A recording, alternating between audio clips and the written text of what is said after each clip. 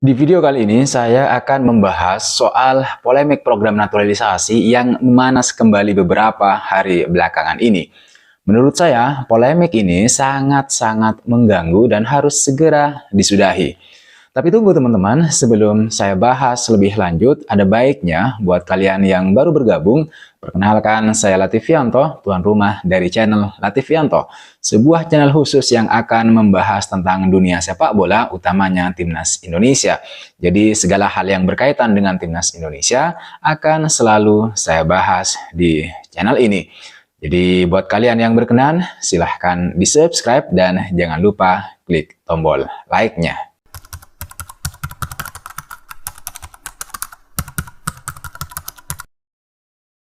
Kita tahu semua bahwa performa Timnas Indonesia berubah sangat drastis sejak Shin Tae-yong menjadi juru taktik atau pelatih.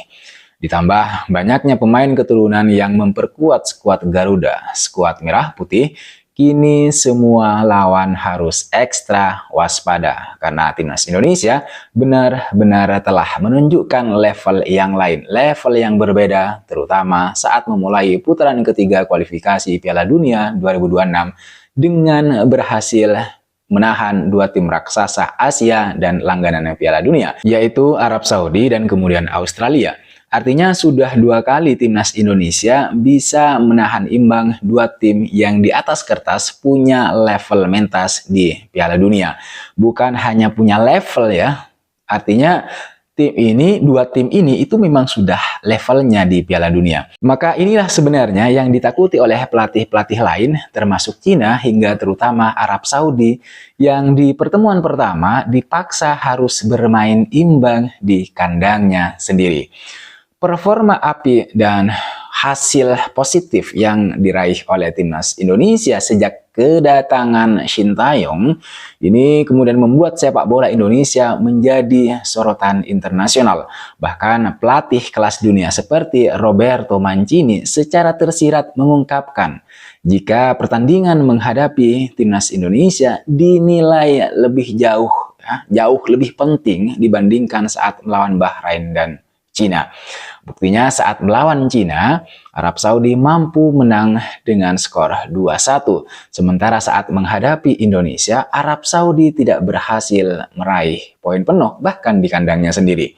Bahkan baru-baru ini Shin Tae-yong memiliki misi baru selain akan mengalahkan Bahrain dan Cina di lanjutan putaran ketiga kualifikasi Piala Dunia bulan depan, yaitu misi meracik Timnas Indonesia menjadi tim yang sulit untuk dikalahkan. Di dalam laporan berita bolasport.com, Jumat kemarin, Shin Tae-yong berjanji akan terus membangun Timnas Indonesia menjadi lebih kuat dan semakin kuat. Pernyataan ini sebenarnya dikeluarkan atau muncul untuk membantah adanya anggapan bahwa pemain keturunan itu bisa menggusur pemain lokal di timnas.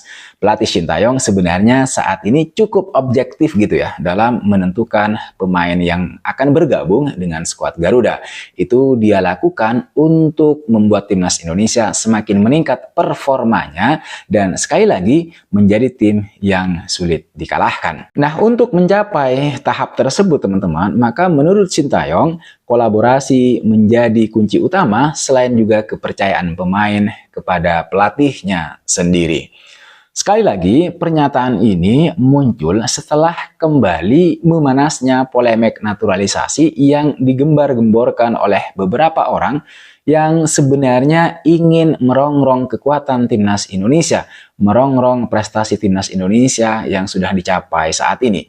Beberapa orang yang saya maksud ini mengkritik program naturalisasi Timnas Indonesia yang kemudian sudah didominasi oleh pemain-pemain dari program naturalisasi ini, yang sebenarnya polemik ini sudah menjadi lagu lama dan kini sudah seharusnya kita menikmati hasil dari perkembangan Timnas Indonesia yang terus menanjak naik performanya.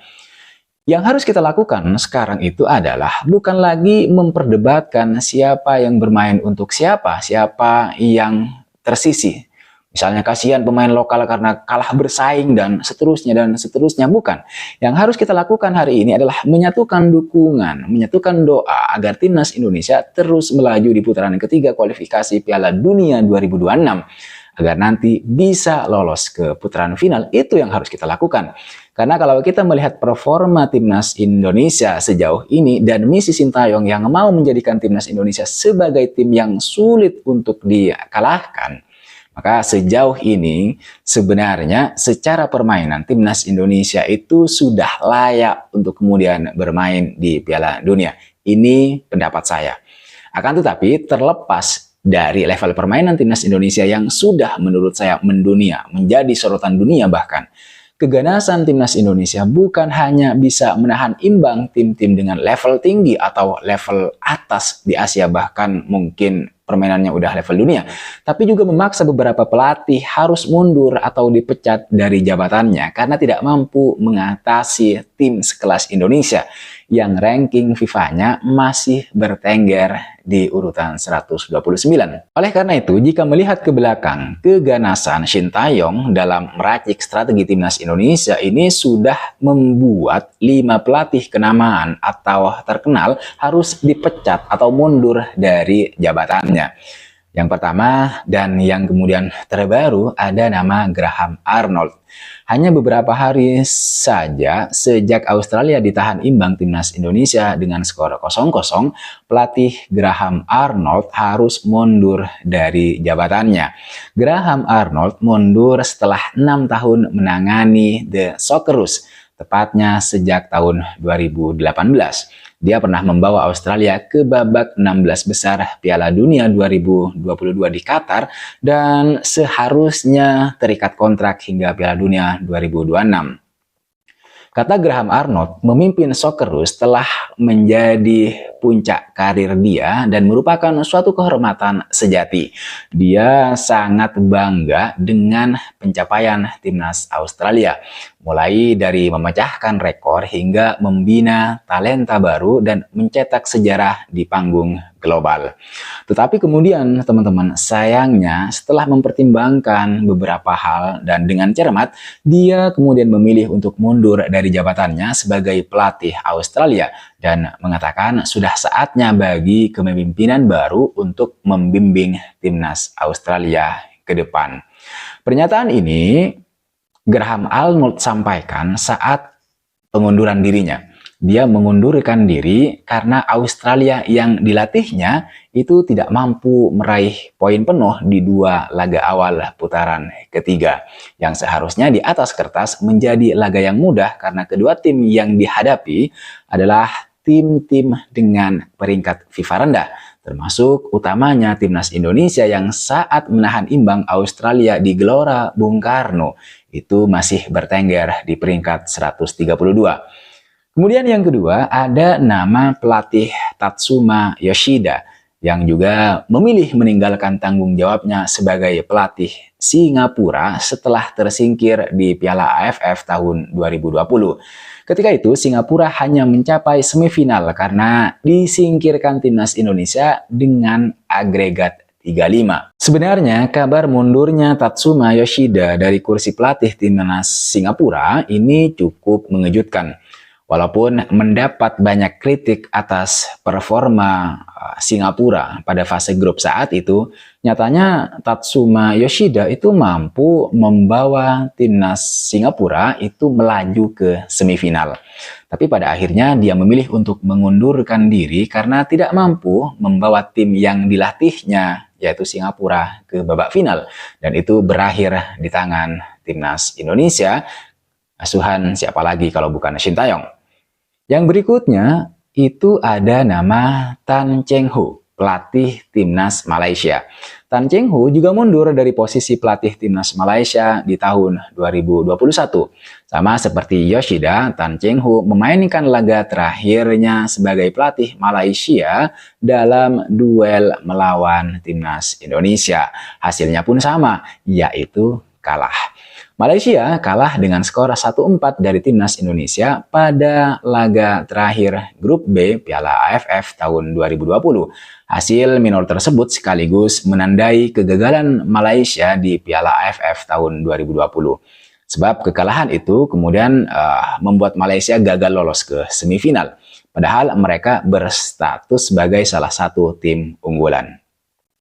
Yang berikutnya ada nama Jiteslav Lavica, pelatih timnas Kuwait. Saat itu di tahun 2022 atau 2021, Jiteslav Lavica murka karena kekalahan timnya dari timnas Indonesia dalam partai pertama grup A putaran ketiga kualifikasi Piala Asia tahun 2023. Saat itu Kuwait takluk 1-2 dari timnas Indonesia di Jaber Al-Ahmad International Stadium, Kuwait City. Akibat gagal membawa Kuwait ke putaran final, Jiteslav Lavica juga kemudian mengundurkan diri pada Juni 2022. Yang terakhir tentu saja ada nama Philippe Troussard. 2 kekalahan beruntun dari timnas Indonesia pada ronde kedua kualifikasi Piala Dunia 2026 zona Asia yang lalu benar-benar tidak bisa diterima oleh Vietnam. Alhasil, Federasi Sepak Bola Vietnam atau VFF langsung mengambil langkah tegas dengan memecat pelatih berpengalaman mereka, yaitu Troussard. Dalam keterangan resmi mereka, VFF menyebut bahwa ada pertemuan dadakan seusai laga timnas Vietnam versus Indonesia. Mereka bertemu dengan Troussard untuk kemudian membahas hasil mengecewakan yang diraih The Golden Star tersebut. Troussard itu merasa bertanggung jawab atas hasil buruk yang diterima oleh The Golden Star, dan tanggung jawab itu berujung dengan dipecatnya dirinya dari kursi pelatih timnas Vietnam. Teman-teman, kenapa saya perlu membahas ini? Ya, supaya kalian yang punya pemikiran sumbang soal timnas Indonesia saat ini itu berhenti berpikir picik, berhenti berpikir sempit tentang pemain-pemain timnas Indonesia yang sudah berjuang habis-habisan, berjuang keras untuk membawa nama Indonesia di level global, di kancah internasional. Kita harus menyudahi polemik dan isu negatif soal naturalisasi. Kita harus menyatukan dukungan untuk timnas Indonesia agar tampil lebih baik di putaran ketiga. Dan ya, terutama demi kelolosan timnas Indonesia di Piala Dunia 2026. Jadi saya coba menghadirkan seberapa ganas sih sebenarnya timnas Indonesia saat ini di bawah pelatih Shin Tae-yong yang memadu padankan antara pemain lokal, pemain yang bermain di Liga 1 yang asli lahir dan tumbuh di Indonesia dengan para pemain-pemain timnas Indonesia yang berkarir di luar negeri yang lahirnya bukan di Indonesia. Tetapi mereka memiliki kecintaan di dalam tubuh mereka, di dalam hati mereka terhadap timnas Indonesia atau terhadap negara Indonesia, sehingga kemudian mereka bermimpi untuk kemudian membawa nama Indonesia di langit dunia. Ya, salah satu caranya dengan apa ya? Dengan kemampuan yang mereka miliki. Karena kemampuan yang mereka miliki adalah bermain sepak bola, maka mereka harus tampil, harus bermain untuk tim nasional yang begitu.